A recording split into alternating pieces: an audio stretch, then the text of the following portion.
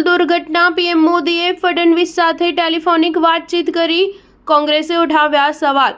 મહારાષ્ટ્રના પુણેના કુંદમાલા વિસ્તારમાં આવેલી ઇન્દ્રાયણી નદી પરનો જર્જરિત બ્રિજ 15 જૂને અચાનક ધરાશાયી થતા અનેક લોકો તણાયા હોવાની આશંકા છે, જેમાં 3 લોકોના મોત નીપજ્યા હોવાનું સામે આવ્યું છે, જ્યારે 38 લોકોને રેસ્ક્યુ કરીને બચાવી લેવામાં આવ્યા છે। સમગ્ર ઘટનાને લઈને વડાપ્રધાન નરેન્દ્ર મોદી અને કેન્દ્રીય ગૃહમંત્રીએ શોક વ્યક્ત કર્યો છે।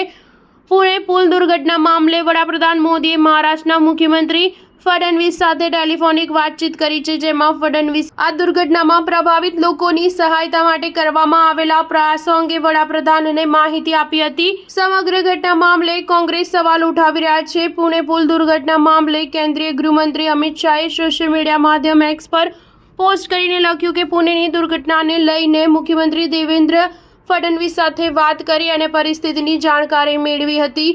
એનડીઆરએફની ટીમ તાત્કાલિક ઘટના સ્થળે આવી પહોંચી અને બચાવ કામગીરી કરીને અનેક લોકોના જીવ બચાવવામાં આવ્યા।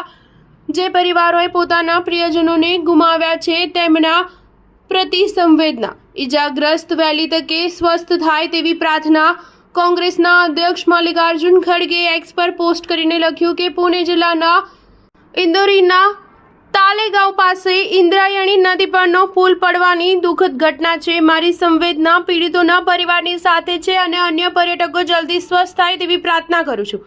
અસરગ્રસ્ત લોકોને શોધવા અને બચાવવા માટે દિવસ રાત કામ કરી રહેલી બચાવ ટીમોના અથાગ સમર્પણને હું સલામ કરું છું। સરકાર પર નિશાનો સાધતા કોંગ્રેસ અધ્યક્ષ ખડગેએ કહ્યું કે આવી અટકાવી શકાય તેવી આપત્તિઓ સત્તામાં રહેલા લોકોને અર્થપૂર્ણ પ્રશ્નો પૂછવાની માંગ કરે છે। આ દુર્ઘટના માટે જવાબદાર તમામ વ્યક્તિઓને કાયદાના સંપૂર્ણ તાકાત હેઠળ જવાબદાર ઠેરવવામાં આવે તે જરૂરી છે। સ્ટાર ન્યૂઝ 7 હંમેશા સચ્ચાઈની સાથે।